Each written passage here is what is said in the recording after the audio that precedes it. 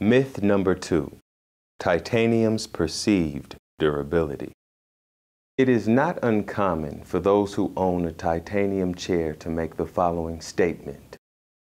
I bought my titanium chair because it's the most durable chair made. Is this really true? Intuitively, we all understand the importance of design. We watch the shapes of bridges and buildings change throughout history as engineers learn more about the nature of force. And like architectural engineers, wheelchair engineers similarly develop better ways to absorb, deflect, or redirect force.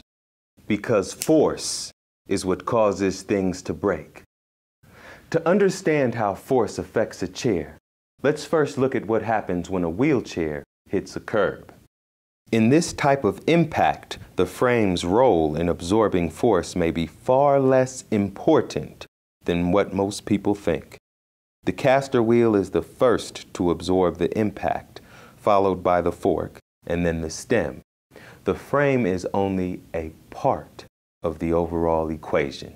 But let's assume that frame is what we are concerned with.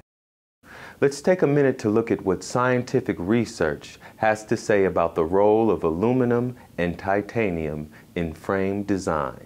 Consider the recent 2010 published study, Evaluation of Aluminum Ultralight Rigid Wheelchairs versus Other Ultralight Wheelchairs Using ANSI-RESNA Standards, by Lewin Cooper et al. From the University of Pittsburgh. Here is what this study found. We hypothesized that the AURWs, aluminum ultralight rigid chairs, would be more durable than the TURWs, titanium ultralight rigid chairs.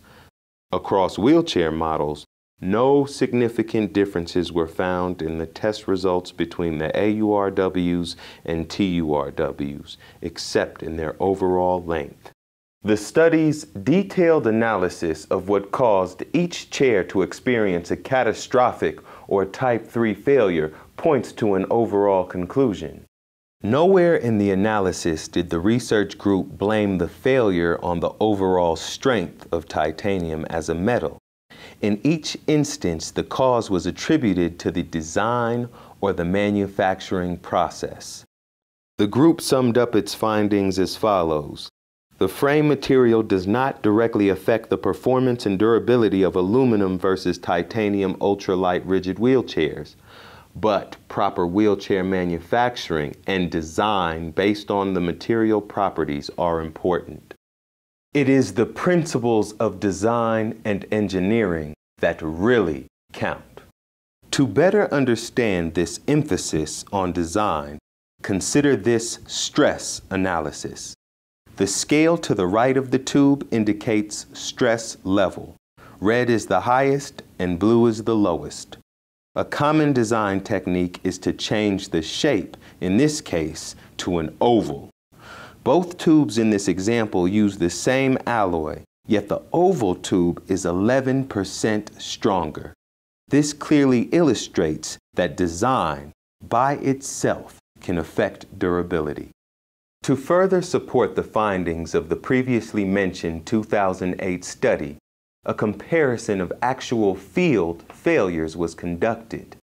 2 chairs with similar frame designs, the aluminum Quickie GT and the titanium Quickie GTI, were used.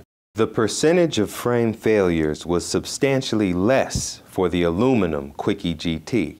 Additionally, of all the failures that would render this chair unusable, frame failures had the lowest occurrence. So what does all this data point to?